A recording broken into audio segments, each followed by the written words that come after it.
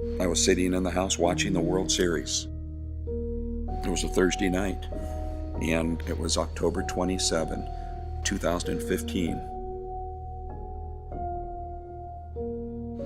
And I heard this terrible crash behind me in the kitchen. And she was 10 feet away, and I looked, and she was on a hard floor, and she fell. We still, to this day, the doctors don't know what made her pass out.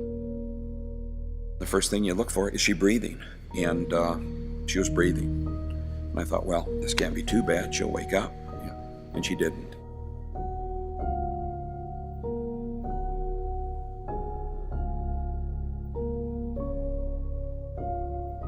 I got her to the emergency room and thought, well, maybe she had a little concussion or something. She's breathing. I should have known then something was funny. The doctor had me wait in a little private room. I didn't think much of it at the time, and about an hour went by. And the rest of it is almost surreal.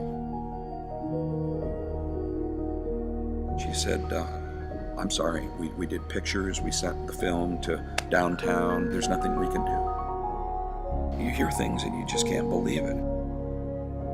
I won't forget her words. Her words were that your wife has zero chance to live through the night.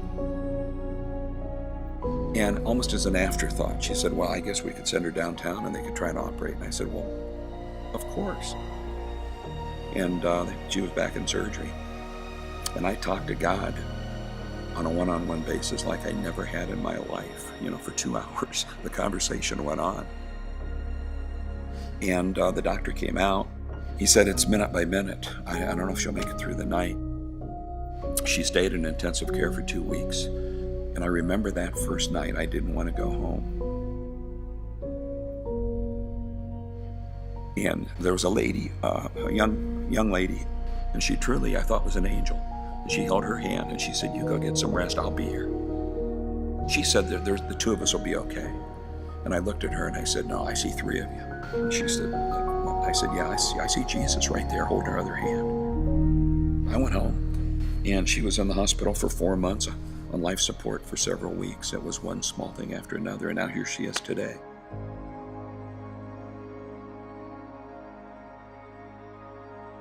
We moved back to Las Vegas last summer and had to find a Christian church. I really think hard about what led me to Central, and I can't tell you. I must have gone online and done a search. But we went to a service, and I said, wow, both of us we fell in love with this community. Judd was like watching a movie that sticks with you, and you think about that movie for a day. Well, that was how Judd's message hit us. We talked about it later that night and stayed with us, and I thought this is just the most impactful thing. The fact that Central had so many young people. We had not seen that in a church before. I said, there's some magic going on here. And of course, we walked in the door and everybody talked about how they're not okay. And we sure weren't okay. But then Judd said, it's okay not to be okay. And I thought, boy, this really rings true. And that's when we realized, or we came to the conclusion, that they said she had a zero chance to live through the night. But God wasn't listening. He didn't hear that. God didn't listen. And here she is today.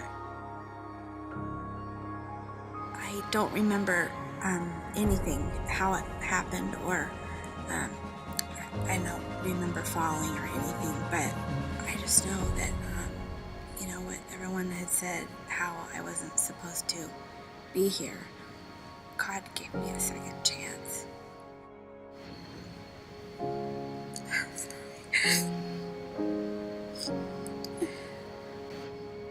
And I'm so thankful. I'm very thankful. I pray to him so many times a day.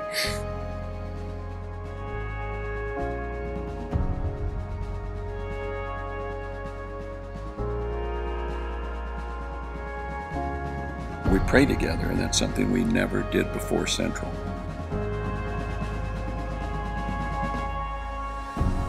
I think God used Central to change my life because He made me realize there's more to life. I mean, here's God telling us, Jesus saying, you're going to have problems. It's like, yeah, we have. And everybody has problems. no one lives in that perfect world.